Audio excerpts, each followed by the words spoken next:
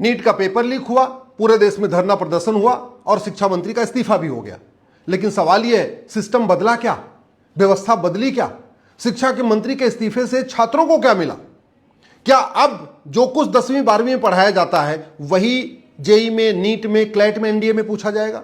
और जो कुछ एंट्रेंस एग्जाम में पूछा जाएगा क्या अब वही 10वीं 12वीं में पढ़ाया जाएगा?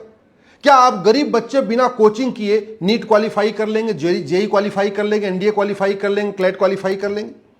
क्या अब वन नेशन वन सिलेबस की व्यवस्था शुरू हो जाएगी? क्या वन नेशन वन करिकुलम अब लागू हो जाएगा? क्या अब पूरे देश में राष्ट्रीय स्तर पे ही मेरिट बनेगी और मेरिट के आधार पे ही सिलेक्शन होगा? क्या अब गधे को घोड़ा बनाना और घोड़े को गधा बनाना बंद कर दिया जाएगा? क्या अगर पेपर लीक होगा तो पेपर लीक करने वाले जो लोग हैं उनका narco polygraph brain mapping test करके पूरे गैंग को पकड़ा जाएगा, पूरे जो उसके सिंडिकेट है उसको गिरफ्तार किया जाएगा? क्या अब पेपर लीक में 1 घंटे के अंदर एफआईआर होगी? क्या अब पेपर लीक के मामले में 1 महीने के अंदर जांच पूरी होगी? क्या पेपर लीक करने वाले जितने भी लोग शामिल हैं सबकी 100% प्रॉपर्टी जब्त होगी, उनकी सिटीजनशिप खत्म होगी? क्या पेपर लीक में जो मुकदमे दर्ज होंगे उनकी साल भर में सुनवाई हो जाएगी, यानी साल भर के अंदर फैसला आ जाएगा? शिक्षा मंत्री के बदलने से इसमें कुछ भी नहीं बदलने वाला है। जो कुछ बदलेगा वो नियम कानून सिस्टम बदलने से बदलेगा। अब शिक्षा मंत्री के इस्तीफा हो गया, सब लोग अपनी वाहवाही भी कर रहे हैं, लेकिन छात्रों को तो कुछ नहीं मिला। छात्र तो ठगा हुआ महसूस कर रहे हैं, क्योंकि जो उनकी समस्या थी उसमें एक का भी निदान नहीं हुआ।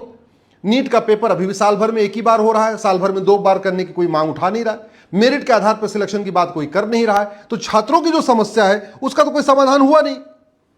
क्या जो पेपर लीक करने वाले बड़ी बड़ी कोचिंग चला रहे हैं उन कोचिंग की मान्यता रद्द हो जाएगी? क्या जो पेपर लीक करते हैं, बड़े बड़े फार्म हाउस खरीद लेते हैं, मकान खरीद लेते हैं, उनके ऊपर बुलडोजर चलेगा?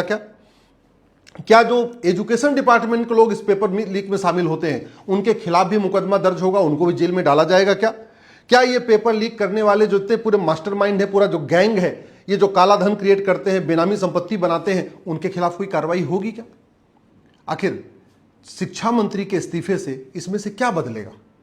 क्या पेपर लीक करने वालों के खिलाफ यूएपीए का केस लगेगा? नहीं, क्योंकि यूएपीए जब तक बदला नहीं जाएगा और पेपर लीक को अनलॉफुल एक्टिविटी डिक्लेयर नहीं किया जाएगा तब तक तो पुलिस यूएपीए लगाएगी नहीं। क्या पेपर लीक करने वालों के खिलाफ नेशनल सिक्योरिटी एक्ट लगेगा? नहीं, क्योंकि हमने नेशनल सिक्योरिटी एक्ट बना रखा, लेकिन पेपर लीक नेशनल सिक्योरिटी के लिए थ्रेट है, वो हमने डिक्लेयर नहीं किया। क्या पेपर लीक करने वालों के खिलाफ अब ऑर्गेनाइज क्राइम की धारा लगेगी? बिल्कुल नहीं। सेक्शन 111 को अमेंड तो किया नहीं है, उसमें हमने लिखा ही नहीं कि पेपर लीक भी ऑर्गेनाइज क्राइम है। पेपर लीक को हमने एक्ट ऑफ टेररिज्म डिक्लेयर नहीं किया सेक्शन 113 में। तो न एनएसए लगेगा, न यूएपीए लगेगा, न ऑर्गेनाइज क्राइम की धारा लगेगी, न एक्ट ऑफ टेररिज्म लगेगी। तो फिर कठोर दंड कैसे होगा? अभी जो प्यादे पकड़े जाते हैं, केवल प्यादे पकड़ते हैं, उन्हीं को जेल में डाल देते हैं, मास्टरमाइंड तो पकड़े नहीं जाते। पूरे के पूरे इस पेपर लीक में कोचिंग माफिया शामिल होते हैं। कोचिंग के आपस में वॉर हो रहे हैं, कोचिंग वॉर चल रहा है। तो जो कोचिंग पावरफुल होती है, जिसके पास ज्यादा पैसा होता है, वो एजुकेशन डिपार्टमेंट के लोगों से मिली भगत करके पेपर आउट करा लेते हैं और अपने छात्रों को पेपर पढ़ा देते हैं। बाद में उनके कोचिंग से बहुत सारे स्टूडेंट्स निकल आते हैं और इस बहाने अपना प्रचार प्रसार करते हैं, पेपर में बड़ा बड़ा ऐड देते हैं कि हमारे कोचिंग से इतने लोग IIT में गए, इतने लोग नीट क्वालिफाई किए, इतने लोग ये किए। क्या ये कारोबार शिक्षा मंत्री के इस्तीफे से बंद हो जाएगा? क्या अब जो लोग पेपर लीक करेंगे उनकी सिटीजनशिप खत्म हो जाएगी? बिल्कुल नहीं। क्या आप लोग जो लोग पेपर लीक करेंगे उनका narco polygraph brain mapping test होगा? बिल्कुल नहीं। कानून तो बदला ही नहीं। मेरा मानना है छात्रों को एक रत्ती भर फायदा नहीं हुआ। शिक्षा मंत्री का इस्तीफा तो हुआ, लेकिन छात्रों को रत्ती भर फायदा नहीं हुआ। इसलिए मैं छात्रों से रिक्वेस्ट कर रहा हूं कि आप इन पॉलिटिशियंस के चक्कर में मत पड़िए। आप अपनी जो डिमांड है उसको बरकरार रखिए और उसकी डिमांड करते रहिए।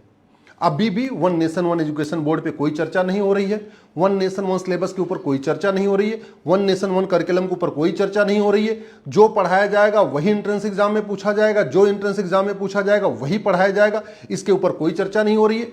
कोचिंग को बंद करने के ऊपर कोई चर्चा नहीं हो रही है। अभी भी गरीब बच्चे नीट में क्वालिफाई नहीं कर पाएंगे, जेई में नहीं जा पाएंगे, उनके पास इतना पैसा नहीं होता कि महंगी महंगी कोचिंग कर सके। और अभी भी न तो पेपर लीक करने वालों की 100% प्रॉपर्टी जब्त होगी, न उनकी सिटीजनशिप खत्म होगी, न उनको आजीवन कारावास होगा। कानून घटिया है। केवल और केवल स्पेशल कोर्ट बनाने से कुछ नहीं होगा, केवल शिक्षा मंत्री के इस्तीफे से कुछ नहीं होगा। आपको नियम कानून और सिस्टम बदलना पड़ेगा। इसलिए मैं सभी छात्रों से कह रहा हूं, अपनी डिमांड को समझिए और डिमांड को बरकरार रखिए।